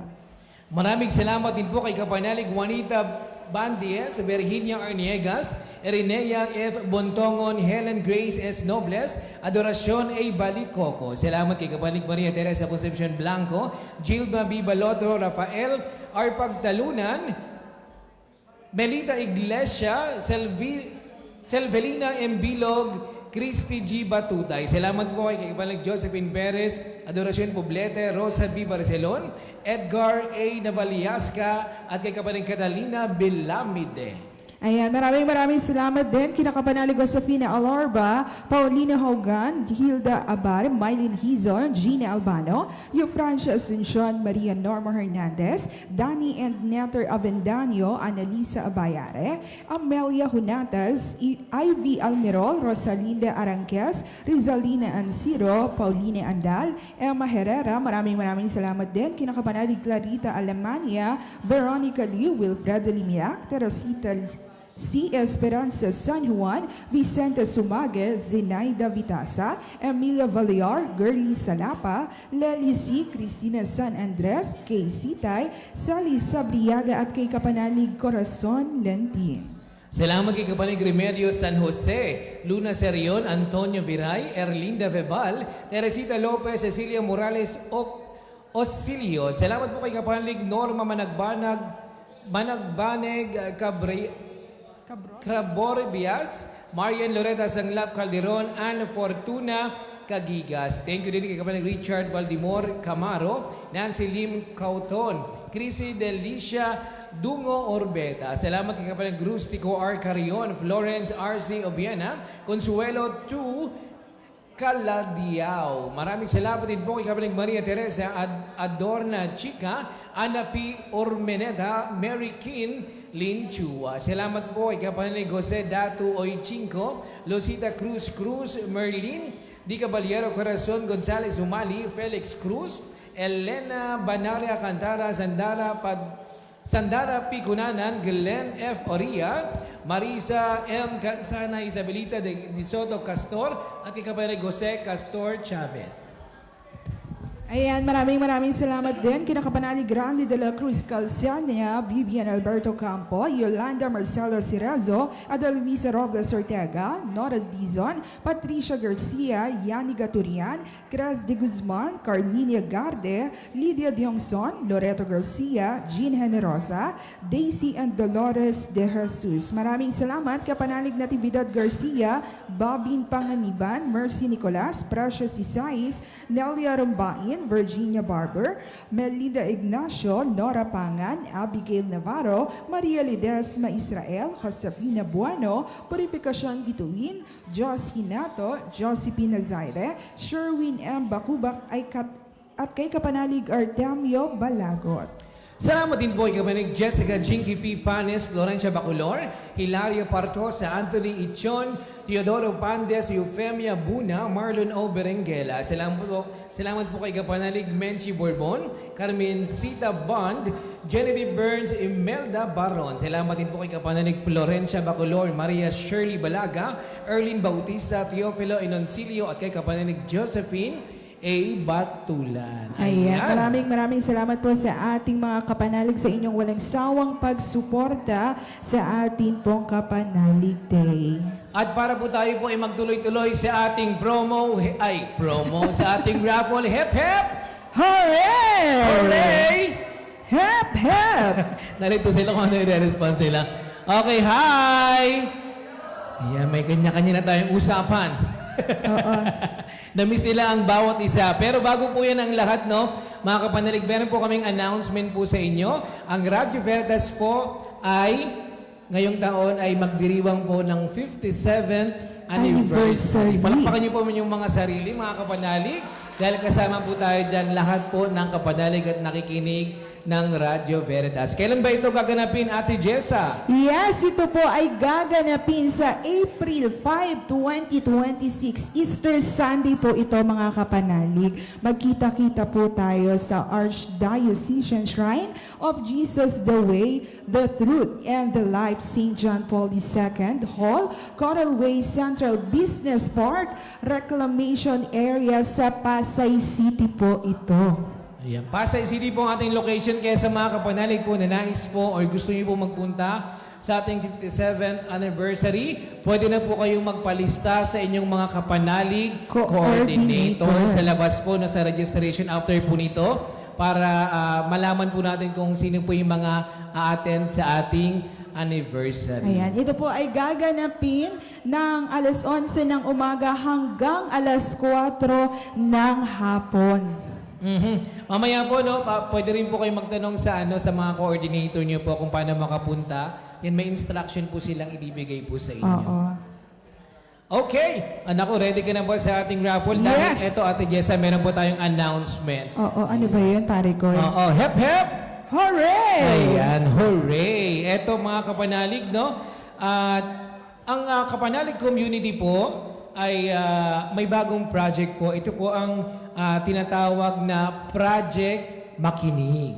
Ayan. Yan po, kung nakikita niyo po sa inyong mga monitor, ito po ay Project Makinig. At tayo po ay tutulong po sa mga taong wala pong radyo at mamimigay po tayo dahil alam po natin yung mga ibang kapuspalad, PWDs, mga bedridden na nasa kanilang bahay nilang po ay nais din pong makinig ng Radyo Veritas. Kaya ang Kapanalig Community po sa pangunguna po ni Brother Edison Kerub ay nagkaroon po ng Project Makinig para tayo po ay makatulong sa mga taong nais pong makarinig ng salita ng Diyos, makapagbigay ng inspiration. Alam po natin na hindi po biro ang magkasakit. Amen? Kaya minsan po, ang nagiging sandalan nila, marami po nagpapatotoo niyan, ang Radyo Veritas po. Ang kanilang naging sandalan at companion sa araw-araw. Kaya po sa mga kapanalig po na gusto pong mag-apostolate, tumulong po. Hindi po ito kasama sa pledge po, no, sa annual pledge po natin. Ito po ay project po natin sa ating mga sarili para makatulong po sa ating mga kababayan na nais din pong makinig ng Radyo Veritas. Kaya sa nais pong tumulong o sumuporta po sa ating Project Makinig, ayan, kung kayo po ay makapagbigay po ng 1,000, meron po kayong isang tao na mabibigyan. At kami po yung magbibigay po nun at malalaman nyo naman po sa ating Facebook po yan. Kaya maraming salamat po sa mga tutulong para sa ating Project Makinig. Palakpakan niyo po yung mga sarili. Sige po, sister.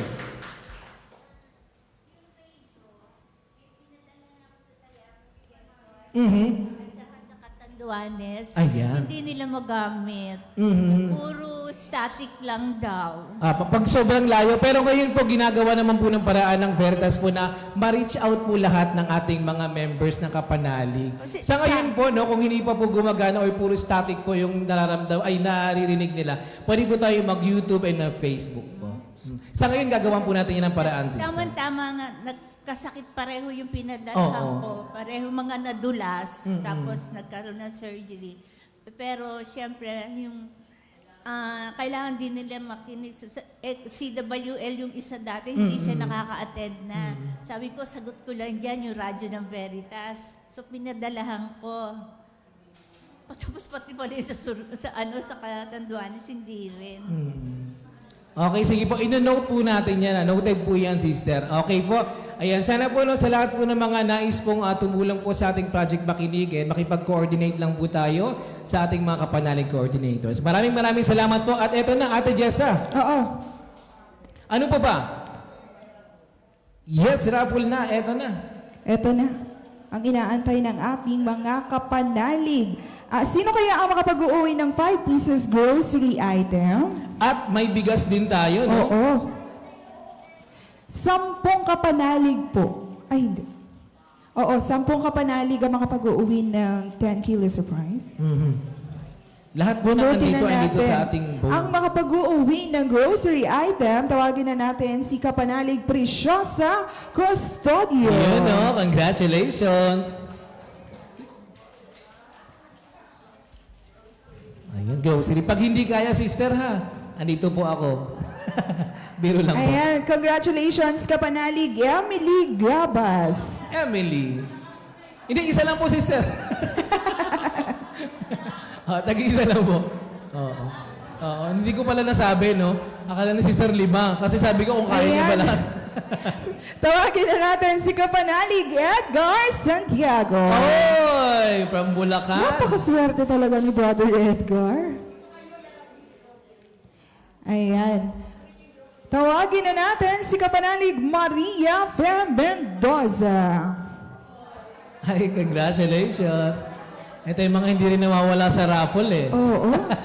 Si Brother Edgar. At ang huli na makapag-uwi ng ating grocery item, congratulations, Kapanalig. Georgie Baluntong.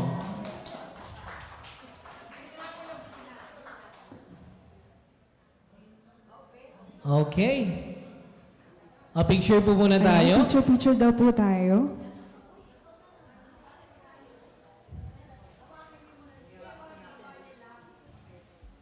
Congratulations. Smile po. Tingin lang po kay Brother Runiel. 1, 2, 3, smile. Ayan, congratulations po. Yan, bago tayo tumungo sa susunod na raffle, Ate Jessa, naku, meron tayong bagong items din dito sa Kapanalig. Meron po tayong Kapanalig Kit, new items this month. Meron na po bang kita nyo na po ba? Ayan, nasa registration lang po yan. Meron po tayong picture. Ayan, wala pa daw sa ngayon, pero ipopost natin yan sa ating Facebook page. Kung kayo po ay curious po dun sa Kapanalig Kit, ayan, meron po tayo dun sa may mga sample po tayo sa ating registration area. Kaya tanong lang po tayo sa ating Kapanalig Coordinator. Ate Jessa, may mga nag-i-inquire, paano rin po ba magpa-schedule sa ating Pledge on Wheels or Pick-up Pledge? Yes, para sa ating mga Kapanalig na nais magpaabot ng kanilang suporta sa Radyo Veritas Kapanalig Community, amin pong inihahandog sa inyo ang Pledge on Wheels sa mga Kapanalig po natin na nais magpa-schedule. Tuwing Monday, wala po tayong schedule. Tuesday, nariyan po ang Radyo Veritas sa Antipolo, Marikina, Montalban, Cainta, Taytay, at San Mateo. Tuwing Wednesday po, maaari po kayong magpa-schedule. Nariyan po ang Radio Veritas sa Las Piñas, Alabang, Muntinlupa, Parañaque, Cavite, at Laguna. Tuwing Thursday po, nariyan po ang Veritas sa Makati, Taguig, Pasig, Mandaluyong, Pasay, at Manila. Tuwing Friday po, nariyan po ang Radio Veritas sa Quezon City South at Caloocan South. At syempre, Ate Jessa at mga Kapanalig, pag Sabado po, nasa lugar po tayo ng Bulacan, Navotas, Malabon, Valenzuela, at pagdating ng Linggo, nasa lugar po tayo ng Quezon City North, Caloocan North, Novaliches, at San Jose del Monte, Bulacan. Yan po ang schedule po ng ating pick-up pledge. Kung kayo po inasa malalayong area, may Kawayan, yes po. May Kawayan, Bulacan. Tuwing Bulacan Saturday po, iyan, Opo. sister. Ayan, Pag tumawag Sabado. lamang po o mag-text sa numero 0917-621-1902 or tumawag sa ating telephone number 8925-7931-239 local 128 at makipag-ugnayan po sa Kapanalig Department upang kayo ay aming ma-schedule at personal na mapuntahan sa inyong mga tahanan. Ayan, maraming salamat mga Ate Jessa at hep hep! Hooray! Thank you so much po sa inyong lahat mga Kapanaligan. Congratulations po sa nakakuha ng grocery ngayong umaga. At meron pa tayong bigas. Ito naman, ilang piraso yan? 10 pieces. Oo, 10 pieces sa mga pag-uwi 5 na. kilos of rice. Ilan? 20 kilos? 5. 5 lang. Ayan. Sobra-sobra pala yung timbang. 5 lang pala. First 5 muna tayo sa ating 10 makakakuha ng bigas. Ito, inahalo ko po ito ng mabuti ha. Kitang-kita. Luto na. Ito, kinuha ko pa. Dahil luto ka na, lapit ka na rito, si Sir Mila Monticalvo. Asan si Sir Mila? Ayun, oh. Next. Luz Veminda Tipacubas. Ayan, swerte naman nila sister. Okay. Talagang bless na bless ka. Lapit ka na rito. Kapanalig, Puring, Fausto. Yes! Ay, wave daw, sabi ni Tita Puring. Oo, i-wave daw. Hindi, biro lang. Next.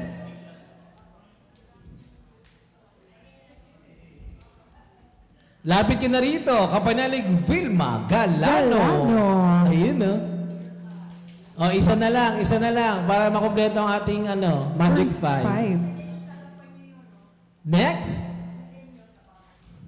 Lapit ka na rito, Kapanalig. Imelda Dulay. Dulay. Ayan. Ayun, o, lapit ka na. Isa rin. Yes, every amen. blessing is Isa sa ating a mga sisipag blessing. din, si Nanay Imelda. Ayan, picture lang po tayo, no? Eto na. Smile. Tingin lang po kay Buddy Rogel.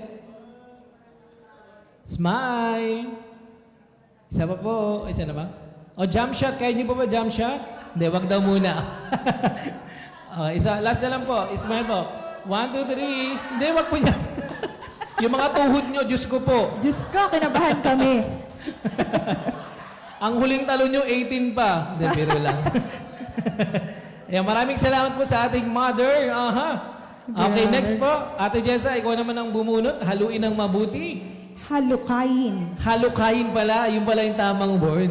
Halukayin. Halukayin natin. Hindi lutuin. Haluin.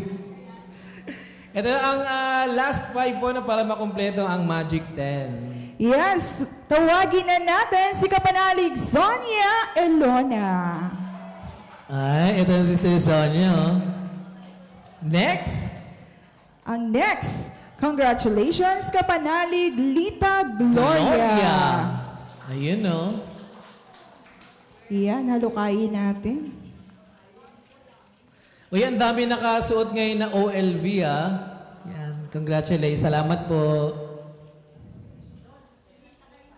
Ang pangatlo na makapag-uuwi ng 5 kilo surprise, congratulations Kapanalig Shirley Balaga. Yan, Sister Shirley, isa rin sa ating masipag na kapanalig, no? Lagi nag-aata ng Kapanalig Day.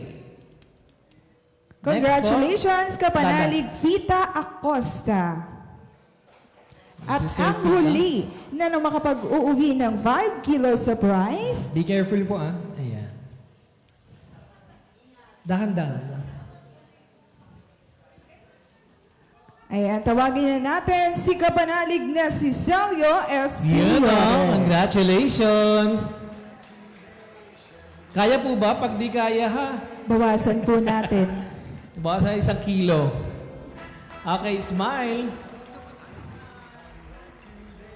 1, 2, 3, smile. Ayan, maraming salamat and congratulations po. Ayan, ingat po sa pagbubuhat ng bigas. Ayan, congratulations sa inyo mga kapanalig. Sino hindi nakakuha? Ayan, next month ulit. Meron pa tayo ulit. Hanggat may Kapanalig Day, may pag-asa. Ayan, congratulations po. Maraming salamat. At wag po natin lagi kalimutan na yung mga wala po rito, ipagdasal po natin. Baka may mga pinagdadaanan din po sila. Salamat po sa inyong lahat mga kapanalig sa pagpunta at patuloy po na pagsuporta sa ating kapanalig community. Ate Jessa, may mga announcement ka pa ba? Yes, sa atin pong mga kapanalig na nais magbigay ng kanilang pledge of support, gamit po ang kanilang mga bank account, maaari po kayong mag-deposito sa atin pong bank account. Ang accounting po natin mga kapanalig ay DZRV Radio Veritas Foundation Incorporated. Nariyan po ang ating Metrobank, BDO, BPI, PNB at Union Bank sa mga kapanalig po natin na nagtatanong kung meron po bang GCash account ang ating pong kapanalig community. Yes po, meron po tayong GCash account. Ang ating pong GCash number ay 0998-588-3660. Ayan, thank you, Ate Jessa. Mga kapanalig, ulitin ko po ang ating Project Makinig, isang tunog, isang tinig ng bawat kapanalig. No? Sana po kayo po ay makasupport po sa ating bagong project, Project Makinig, sa ating kapanalig community. And announcement po, sino po yung nagugutom na? Ay, wala! Lahat na. Wala, Lahat busog pa daw sila. Ito, announcement na po, yung food po, hindi na po kayo tatayo, i-deliver na lang po sa mga upuan niyo po. Amen? Ayan. Salamat, Lord, sa grasya ng pagkain. Amen.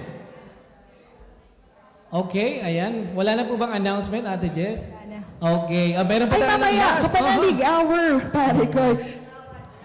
Kapanalig hour, ayan, alas 3 ng hapon hanggang alas 4. Kasama ko po dyan si Ate Jessa Abrigo tuwing first Saturday of the month. Okay, amen. At eto na nga po, salamat po sa patuloy na pagsuporta at kita-kits po tayo next Kapanalig Day. Pero wala pa tayong Kapanalig Day ng April. Kasi anniversary po. Yes, ito po ay pagbibigay daan po sa ating 57th anniversary. Magkita-kita po tayo dyan mga kapanalig ha. Panood po, baka makalimutan, wala po tayong Kapanalig Day sa month ng April. Magkita-kita po tayo sa ating 57th Anniversary po ng Radio Veritas. Sa mga nais po magpunta, magpalista na po kayo para maano rin po kayo ng inyong mga kapanalig coordinators. Masama po sa list po natin or master list. At eto na nga, dito po nagtatapos ang ating Kapanalig Day ngayong buwan ng Marso. Salamat po sa inyo. At ako po inyong kapanalig Koy Lopez, ang kumpare nyo sa balat ng radyo. At ako naman po ang inyong certified kapanalig Jessa Abriga. Salamat po. Hep, hep! Hooray! Salamat po sa ating mga coordinators at kay Brother Edison Kerub sa ating department head. Ayan.